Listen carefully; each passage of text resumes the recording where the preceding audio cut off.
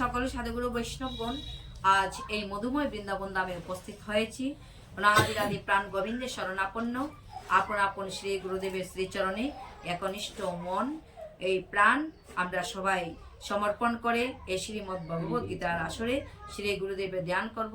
তৎসঙ্গে যিনি ঈশ্বর পরম কৃষ্ণ সচ্চিদানন্দ বিগ্রহ অনাদিরাদি প্রাণ গোবিন্দ সর্বকারণ কারণম, যাহার আশীর্বাদে বাই দেবগ তরিয়ে যায়, সেই ভগবানের শ্রী রাতুল শ্রীচরণে আমাদের দেহ মন প্রাণ সমর্পণ করব।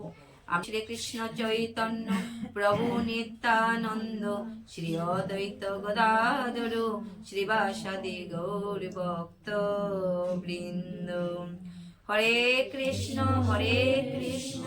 কৃষ্ণ কৃষ্ণ হরে হরে, হরে রাম রাম রাম হরে হরে। হরে কৃষ্ণ কৃষ্ণ কৃষ্ণ হরে হরে, হরে রাম রাম রাম হরে হরে। জয় রাধে। আজ আমরা আলোচনা করব যে শ্রীমদ্ ভগবত গীতা জয়ন্তী সম্পর্কে। কখন এই গীতা জন্ম হয়েছিল? তো ভগবান শ্রীকৃষ্ণ অর্জুনকে কুরুক্ষেত্র রূপ এই ধর্মক্ষেত্র ভূমিতে তিনি এই গীতার জ্ঞান যেদিন দান করিয়াছিলেন সেদিনই গীতার জয়ন্তী হয়েছিল। আর ওই দিন ছিল মুখ্যদা একাদশী তিথি। তো আমাদের এই 2025-এ 14ই অগ্রহায়ণ 1 ডিসেম্বর সোমবার মুখ্যদা একাদশী তিথি আমাদের সবার পালন করিতে হবে।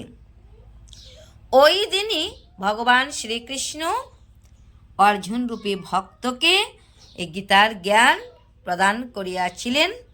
তাই আজ সেই জ্ঞান আমাদের নিকট আমরা অনায়াসে লাভ করিতে পাইতেছি। ভগবানের অপ্রাকৃত লীলা গুণাবলী কীর্তন সব কিছু আমরা শ্রবণ করিতে পারিতেছি। তো ওই দিন গোস্বামী মতে, নিম্বার্ক মতে ভারতবর্ষের প্রায় সর্বস্থানেই মুখ্যদা একাদশী তিথি পালন করা হবে। আর ওই দিনটাই শ্রী শ্রী গীতা মহাযজ্ঞ এবং শ্রী গুরু জয়ন্তী মহোৎসব। তো গীতা জয়ন্তী উৎসব ওই দিন আমরা সবাই পালন করব, শ্রীমদ্ ভগবত গীতার জয়ন্তী। আর আমরা সবাই যারা মুখ্যদা একাদশী পালন করব, আমরা 15 অগ্রহায়ণ 2রা ডিসেম্বর তারিখে আমরা ওই পারণ করব। পারণ মন্ত্র আমরা জপ করব। একাদশা নিরাহারস্থিতা অহম অপরহানি। তো এই মুখ্যদা একাদশী শ্রেষ্ঠ, তাই আমরা সবাই ভক্তবৃন্দগণ আমরা যারা করি না তারাও আমরা ওই মুখ্যদা একাদশী তিথি আমরা পালন করব। ওই মুখ্যদা একাদশী তিথি পালন করলে জীবের মুক্তি হয়। হরিবল হরিবল। তো আমরা অবশ্যই করব। সকলের কাছে আমার এটি বিনম্র অনুরোধ রইল মুখ্যদা একাদশী পালন করার জন্য, যাহাতে আমরা পরমপিতার কাছে পুনরায় ফিরে যেতে পারি, ভক্ত এবং ভগবানের মিলন হতে পারে। এটাই আমাদের একমাত্র কামনা। হরিবল। রাধে রাধে।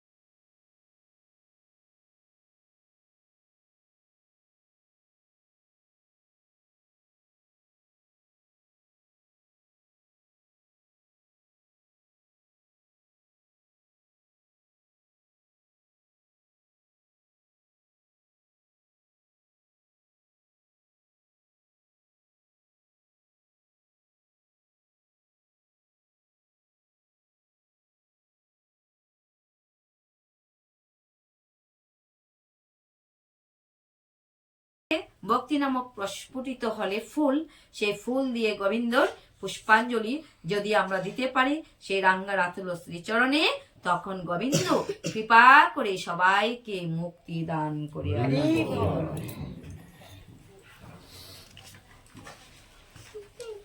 পাপ হুং পাপ কর্মা হুং পাপ আত্মা পাপ সম্ভব।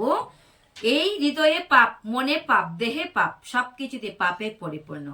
তাই গোবিন্দর কাছে আত্মসমর্পণ করব আমরা সবাই, যে হে প্রাণ গোবিন্দ, আমার দেহে পাপ, মনে পাপ, অন্তরে পাপ, হৃদয়ে পাপ, তাই সকল পাপ কৃপা করে হরণ করো। কেন কৃপা করে হরণ করো? আমাদের অন্তিম সময়ে এই কলেবরটা পরিত্যাগ করার সময় যেন আমরা প্রাণ গোবিন্দকে আমরা স্মরণ করিতে পারি। সেই হেতু গোবিন্দ অর্জুনকে উপদেশ দিয়েছিল যে হে অর্জুন, অন্তকালে চ মামেব স্মরণ মুক্তা কলে বরম যো প্রয়াতি সম্মত বাবম নাতি ইয়াস্ত্যত্র সংশয়। হে অর্জুন, অন্তিম কালে আমাদের এই মানব দেহরূপ কলেবরটা পরিত্যাগ করার পূর্বে যদি আমরা এই জীব সকল কি করিতে পারে? আমার শরণাপন্ন হতে পারে। ঈশ্বর পরম কৃষ্ণ সচ্চিদানন্দ বিগ্রহ অনাদিরাদি প্রাণ গোবিন্দ সর্ব কারণ কারণম। চক্ষুদান দিল যেই, জন্মে জন্মে গুরু সেই। কে চক্ষুদান করেছিল?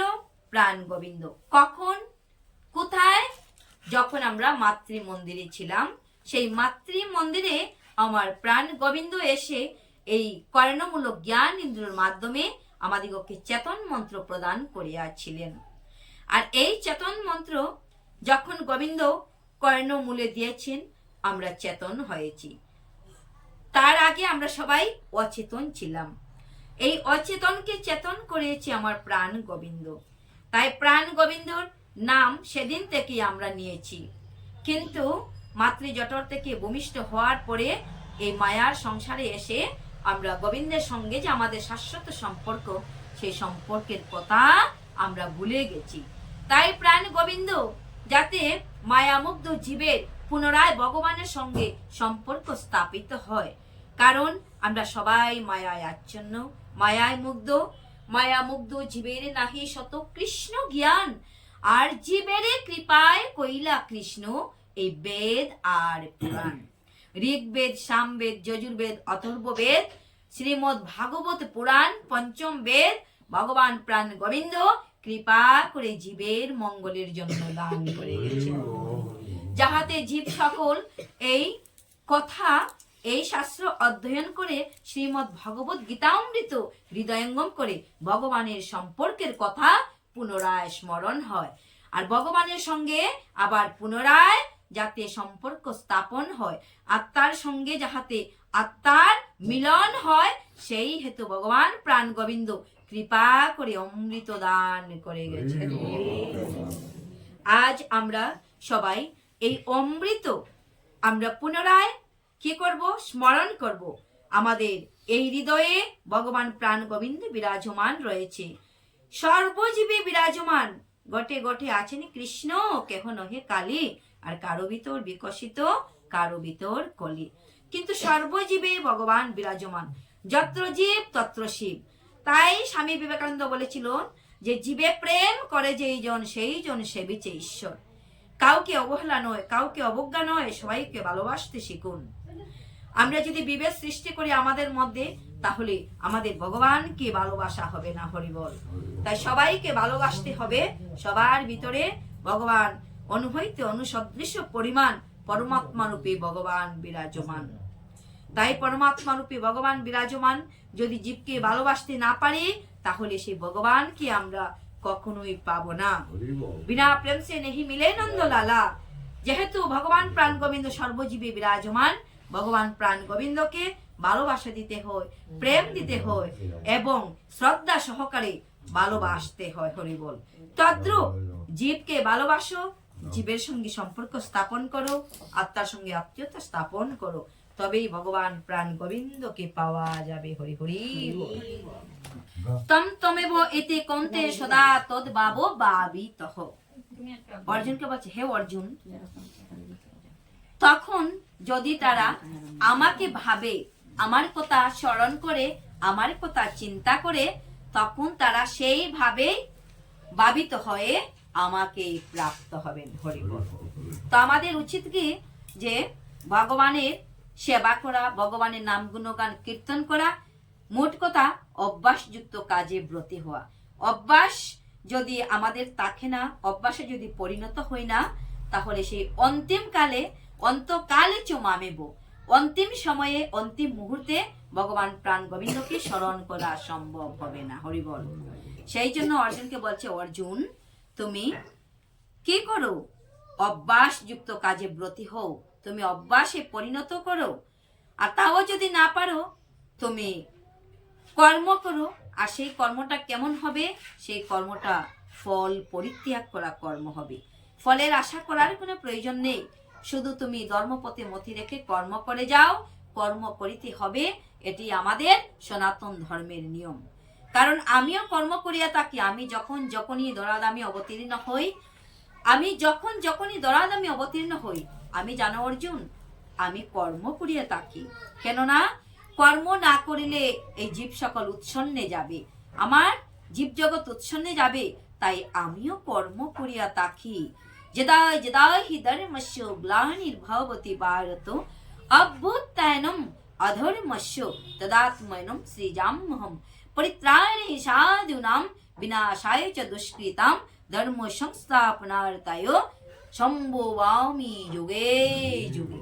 আমি যুগে যুগে অবতীর্ণ হয়ে আমি সাধু সন্তদেরকে রক্ষা করি, দুষ্কৃতকারীদেরকে বিনাশ করি, এই সনাতন ধর্মকে এই ভারত মায়ের বুকে পুনরায় স্থাপন করি। হরি হরি। তস্মাৎ সর্বেষু কালেষু মাম মনুষ্যর যুদ্ধ চ ময়ি অর্পিত মনোবুদ্ধি মাম এব এশ্বস্য সংশয়। হে অর্জুন, তুমি কি করো? তুমি যুদ্ধ করো। তোমার স্বভাব বিহিত যুদ্ধ তোমাকে করিতেই হবে। যদি না করো, তাহলে এই জীব জগতে এই শিক্ষা প্রদান হবে না। সবারই আপন আপন কর্ম রয়েছে, আপন আপন কর্ম সবাইকে করিতে হবে। আর সেই আপন আপন কর্মটা কেমন করে করবে? আমাকে তার এই দেহ, মন, প্রাণ সমর্পণ করে তার কর্মে সে যুক্ত হবে। হরি হরি বল।